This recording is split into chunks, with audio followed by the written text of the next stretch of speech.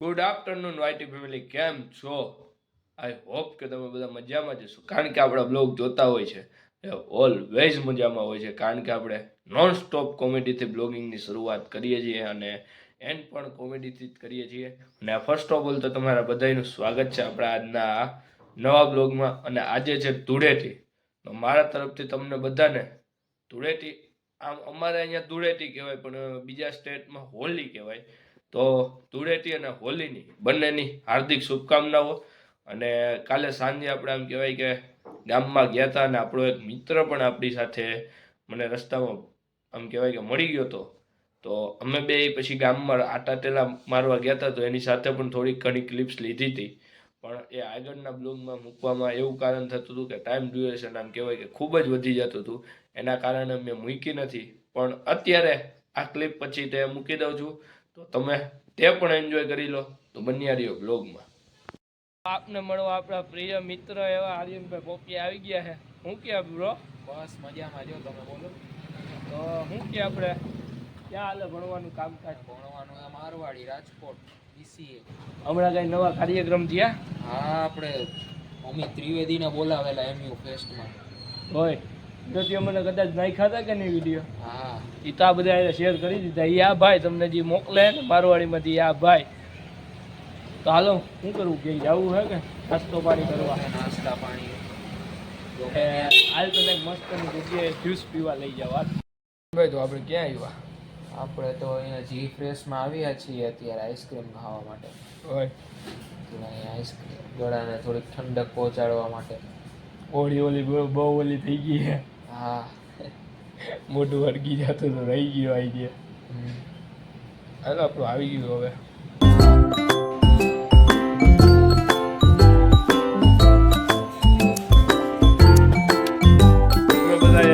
આગળના પાર્ટ પર એન્જોય કર્યા જ છે. અને હવે એવો વિચાર આવ્યો છે કે આજે ધૂળેટી અને ગામમાં ચક્કર તો મારીએ, તો આપણે નીકળીએ ચક્કર મારવા. ગામમાં કેવો માહોલ છે એ પણ તમને બતાવું.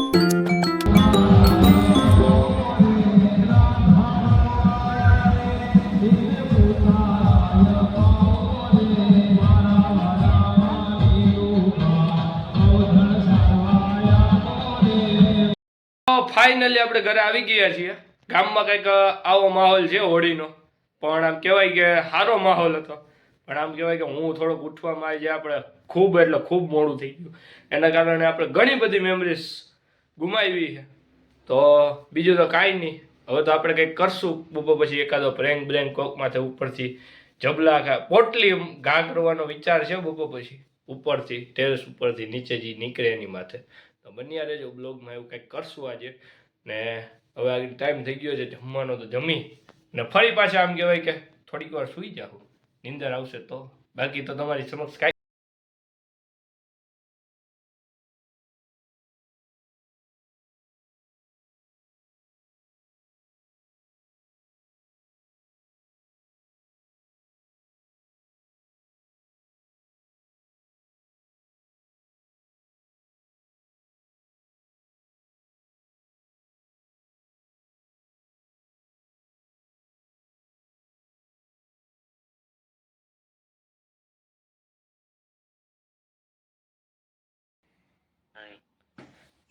કવિ પડે ને, તું ના ભલે ને પાડે તો મારે કેવી. આજે ધૂળેટી હે બરોબર, તો એટલાય જૂના કપડાં ન પહેરી લેતો કે કોક આમ ઉભો હોય ને.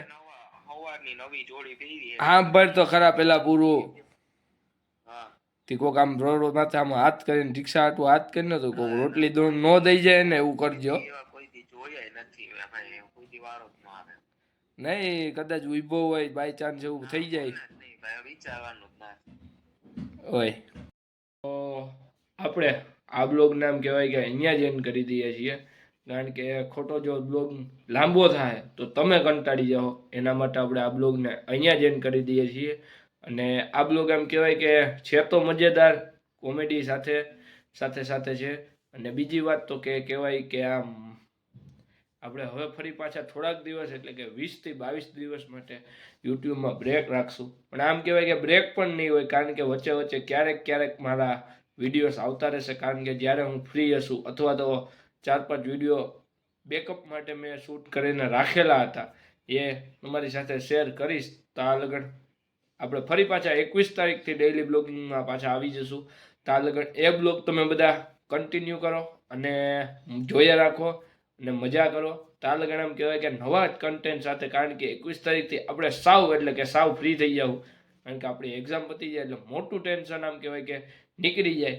એટલા માટે તો મળીશું હવે સીધા 21 તારીખે. તાલગન મને રજા આપો. Good bye and take care.